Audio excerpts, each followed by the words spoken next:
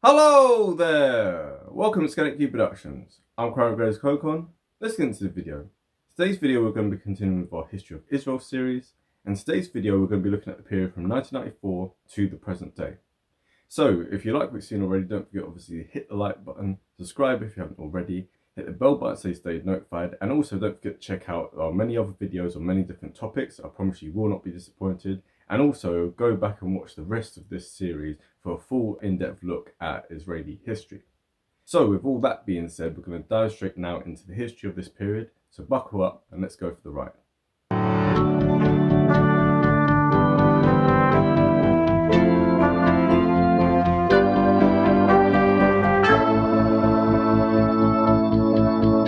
Now where we left off last time was in 1994. So this was just the year after the famous Oslo Accords in 1993. And 1994 was also the same year where you had 3 Nobel Prize winners. So you end up having Prime Minister Rabin from Israel, you end up having Foreign Minister Perez from Israel, and also Yasser Arafat of the Palestine Liberation Organization. And also in 1994, this is when Jordan, for the very first time, ended up recognizing the state of Israel. So it seemed after many decades of conflict between Israel and the Arabs, it seemed that now it is the 1990s, that they were coming to some sort of peace. Like we said in the last video, 1994 represents a real turning point because that was the last time when it looked as if there was actually going to be peace, and everything that happened after that period saw a sudden shift. It saw a kind of regression back to how things had been before. So that's what we're going to explore in this video, and that's why I've labelled it as uncertainty, because the period before they were seeking peace, now the whole peace process is in a limbo. So that's what we're going to explore in terms of the actual history of this period. So Jordan wasn't the only country that ended up recognising Israel during this time.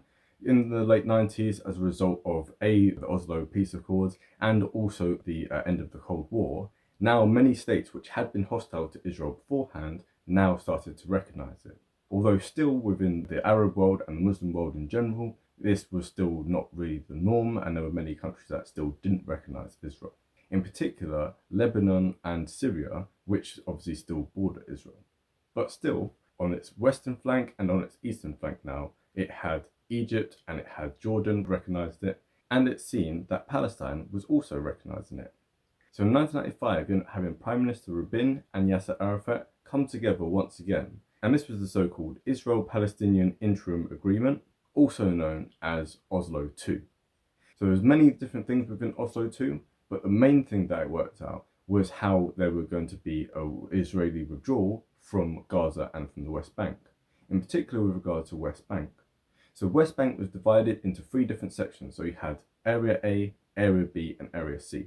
So Area A is where the Palestinians had full control, and this was initially going to be just 3% of the West Bank. Next, you were going to have Area B, which was going to initially be between 23 and 25% of the West Bank, which would have basically shared control. So you'd have Israeli security, but you'd have Palestinian administration. And then finally, you're going to have Section C, and this was initially going to be between 72 and 74% of the West Bank, and this was going to be under full Israeli control. Although it should be noted that within these areas, the Palestinian population was very low. So what was going to be done was that over the period of the next 5 years, so by the year 2000, you were going to have in stages a withdrawal of the Israelis from the West Bank and from Gaza. So much in the same way as the Israelis had already withdrawn from Egypt between 1977 and 1982, you were going to have the same kind of thing of them withdraw in stages. However, by 2013, the figures hadn't really changed that much. So as we said, initially it was going to be 3% of the West Bank was going to be under Area A. By 2013, this had fallen to just 18%. Area B, which was initially at 23 to 25% of the West Bank, fell to just 22% by 2013. And then finally, Section C, which was initially going to be between 72 and 74%, that had gone down to just 63%. So as you can see, there's been a slight withdrawal, but you're talking about a period of, almost 20 years. So what was the cause of this? Why is it that Israel still has control over so much of the West Bank? Well, that is partly as a result of the events which happened in the late 90s and the early 2000s. So that's what we're going to look into right now. So although the Palestinians had agreed that they were going to abstain from terror, and the PLO had taken out the part of their covenant which called for the expulsion of all Jews from the former Mandate territory, still many people in Israel were very annoyed, in particular the ultra-Zionists. So these are far-right people within within Israel, and what they basically wanted was all the land, right? They didn't want to have any compromising, even want to really have Arabs within Israel at all. So these people here who are on the extremes, they were very annoyed at Prime Minister Rabin. And as a result of this, on the 4th of November 1995, Rabin ended up being assassinated by one of these ultra-Zionists. So this represented a huge tragedy within both Israeli and Palestinian history, because it marked the beginning of the end of the peace process.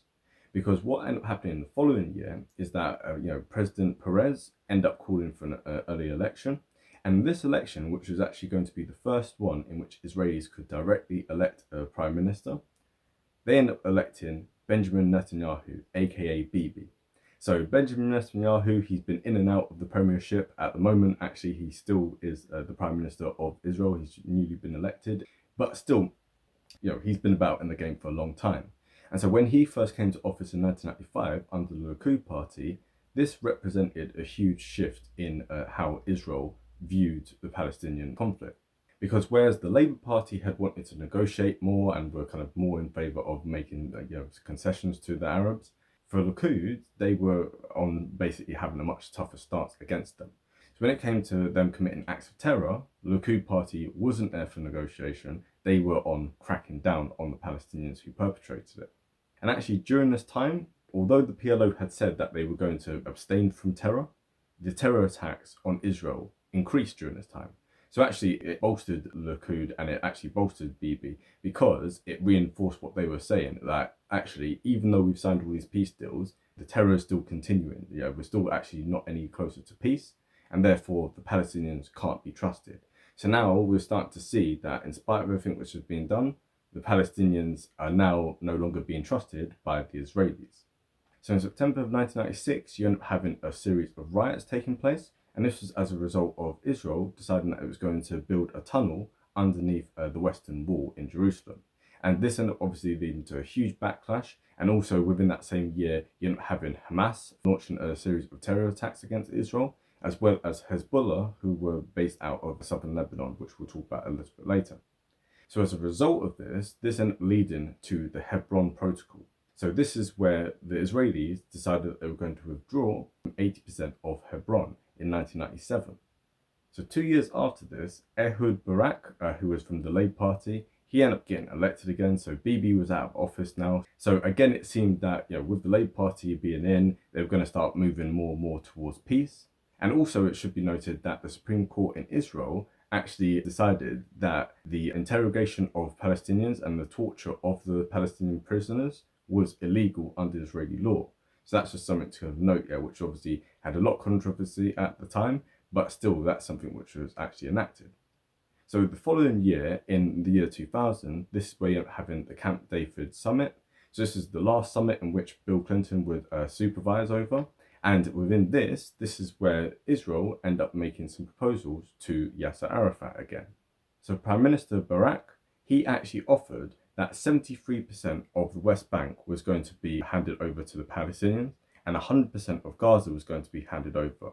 And over the period of the next 10 to 25 years, so this would be within context, the year 2010 to the year 2025, they were going to actually hand over not just 73% of West Bank, but actually it was going to go up to 92%. However, Yasser Arafat rejected this. And amongst the Palestinians, he ended up getting 68% support for walking away from this proposal. However, Ehud Barak, he ended up getting just 25% support amongst the Israeli public for pushing for this thing, because it was clear that Israel was making concessions and yet it was not being reciprocated. So then in the following year, you end up having the Taba Summit of 2001.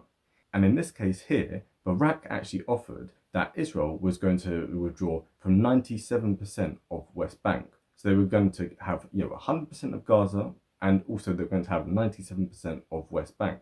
And there's actually also going to be land swaps between the Israelis and the Palestinians, right? So where there was land within Israel that was predominantly Arab, if those places wanted to, then those places would be handed over to an independent Palestine. And yet still, Yasser Arafat rejected this. So now you can start to see a pattern, yeah, which is almost the spirit of cartoon, which we spoke about in previous videos, where it's like, no, no, no. So at this point now, the Israeli public are basically getting really fed up with this. And also around this time, there was real trouble brewing.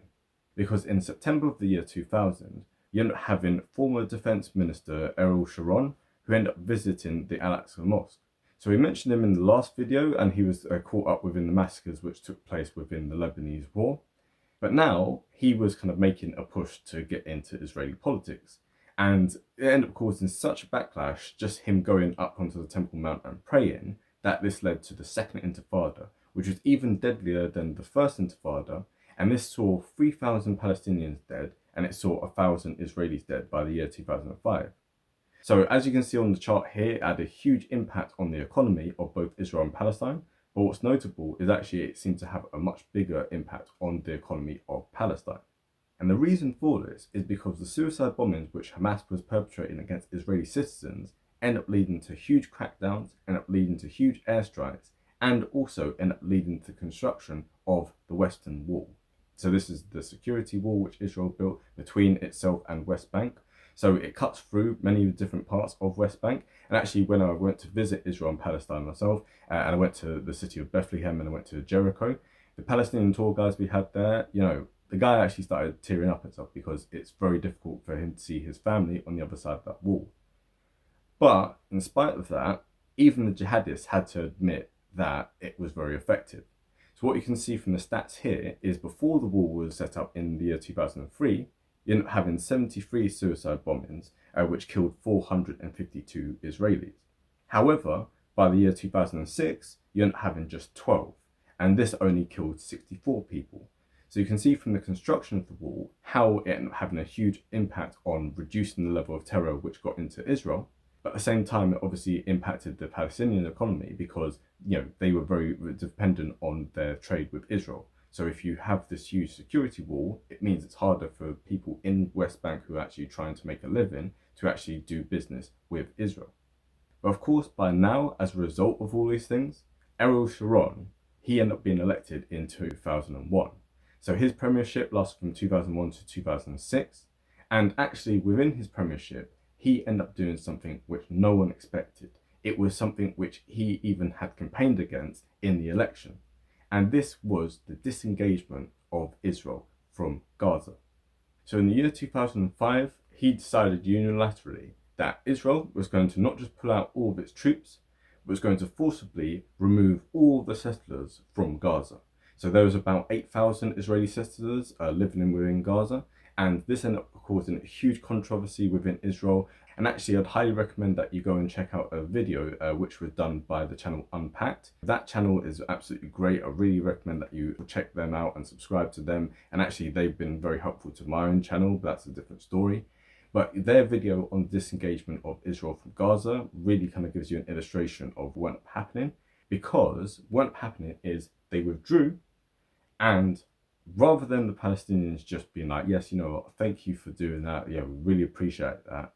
Instead, what's happening is the number of terror attacks increased. Hamas, the following year, in the year 2006, ended up being elected. And actually, this was the first and, to date, the last free, fair Palestinian election, because there hasn't been one since. Basically, Hamas ended up coming to power. Fatah, who had been in charge before, they end up having a civil war with Hamas. And that's why, you know, the Palestinian Authority, it has actually had no legitimate authority since 2006. So basically now, Gaza is controlled by Hamas, and Hamas is focused more on firing rockets into Israel than they are on, you know, having peace or the welfare of their own citizens. And actually, another thing that Hamas pushed for was basically saying that there would be no more peace negotiations, there would be no more recognition of Israel, and also, just to throw a little one in there as well, the Holocaust was a conspiracy. So, as you can see, this is kind of the reversal of everything that Yasser Arafat had agreed just a few years before. So now the Israeli public were kind of seeing, actually, you know what, this is not working. If we withdraw from the place, and this is the response that we end up getting, we're not stupid enough to do this again with the West Bank. And on top of that, you're not having increased attacks from Hezbollah, and you're not having increased funding of Hezbollah and Hamas from Iran, who now start to see Israel as the little Satan, and they started building up their attempt at a nuclear program, which Israel has had to since scupper. And also, this is where you end up having in 2006, you end up having once again Israel going into southern Lebanon to crush militants there. So, it seems almost like deja vu at this point, Israel having to intervene in southern Lebanon as a result of the Palestinian refugees who were still living there, even decades after they first fled. So you can see this being the continuation of a problem. It's this continuation of a cycle of violence, and there's no real way of getting out of it, no matter what the Israelis do. But like we said in the last video, what was happening now was with the international left. So the international left in the West, they were basically now more and more on the side of the Palestinians. So even in spite of the terror attacks, they basically said it's Israel's fault for occupying the land. They started to see Israel more and more as the bully. They started to take the side of the Palestinians, regardless of whether they were in the right or wrong morally. And now you start to see the demonization of Israel. Then also as well within the 1990s and early 2000s, you're having a shift away from what had always been beforehand, which was a focus on Zionism versus Arab nationalism. And now it was becoming more and more a religious conflict, where you're having the ultra-Orthodox Jews versus the kind of militant Islamists. So now the conflict was becoming more and more irrational and less rational. And now it's becoming even more difficult because you can't compromise when you think that God is on your side and stuff. So now the conflict was more centered around what was happening within the Temple Mount in the old city in Jerusalem. And on top of that, because it's now the war on terror, you're having evangelical Christians within America, and they're funding Israel even more. And then on top of that, you're not having many people from the Muslim world, in particular from Saudi Arabia, pouring funds in to support more and more militant Islamism within this region, as well as additional funding from the Iranian government. So now by the year 2009, where Bibi was once again elected into office, you're not having kind of a stagnation of the situation. So whereas the year 2000s has started off very, very positively for the region, now by the end of the decade, it seemed that it was a unsolvable, intractable kind of a conflict which neither side could escape from. So in 2010, you're not having the blockade of Gaza, and this was as a result of, again, Hamas using humanitarian aid to funnel that into creating rockets to fire into Israel. So then as a result of that, Israel and Egypt blockaded Gaza, which has led to the humanitarian crisis which you see at the moment. But still, there's no solution. Why is there no solution? Again, it goes back to the spirit of Khartoum, this intransigence of not recognizing what the situation is. So let me just say this very kind of clearly and very bluntly. Israel has the strongest military within the Middle East. Israel has nuclear weapons. Israel, if it wanted to, could wipe Palestine off the face of the map and could completely destroy the Palestinian people. But it hasn't. Instead, it sits down with people and tries to make peace with them. Now, given the circumstances, it would be rational, regardless of whether you want to say it's moral or not, it would be rational for the Palestinians to come down and say, okay, cool, right. They're giving us something. It may not be 100% what we want, but they're giving us something. They're giving us 100% of Gaza and they're giving us 97% of West Bank. Maybe we should just take it because we're not going to get a better offer than this, and they actually don't even need to give us an offer in the first place. But instead, because of this all or nothing mindset, it meant that that's the reason why there is no state of Palestine today. That's the reason why this conflict is continuing. And actually, what you're seeing in the rest of the region is state by state, most people are now coming to terms with the fact that Israel exists. And so this is why Israel is starting to build in its international clout. It's starting to have many states within the Muslim world start to recognize it. And the Palestinians are more and more being sidelined because their interest of continuing this conflict is actually detrimental to the interest of others within the region as well. And this is actually borne out in polling. So in the year 2002, they did a poll for both Israelis and Palestinians. And what they found is that 72% of both supported the creation of a two-state solution based on 1967 borders. However, fast forward to 2021, and you can see that it's completely flipped. So what you see now is this 39% of Palestinians are in favour of it, and just 41% of Jewish Israelis in favour of it. And the reason why I specify Jewish Israelis is because Arab Israelis are the only demographic within the region which are still hopeful for a two-state solution. But with regard to Israel, the situation, I think, is starting to head more and more into a situation where they're becoming less and less willing to even contemplate the idea. And part of the reason for this is because of an increase of migration from different places around the world. So the Jewish population within Israel is still climbing up and up and up. Then added to that as well, many of the Jews who are coming from all different places tend to be Orthodox Jews. And Orthodox Jews tend to have above average birth rates when compared to their more secular counterparts.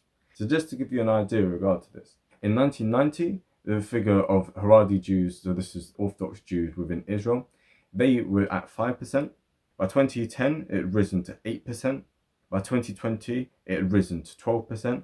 And it's estimated that by 2065, 32% of Israel's population will be Haredi Jews, which means that the politics of Israel will shift further and further towards the religious right within Israel.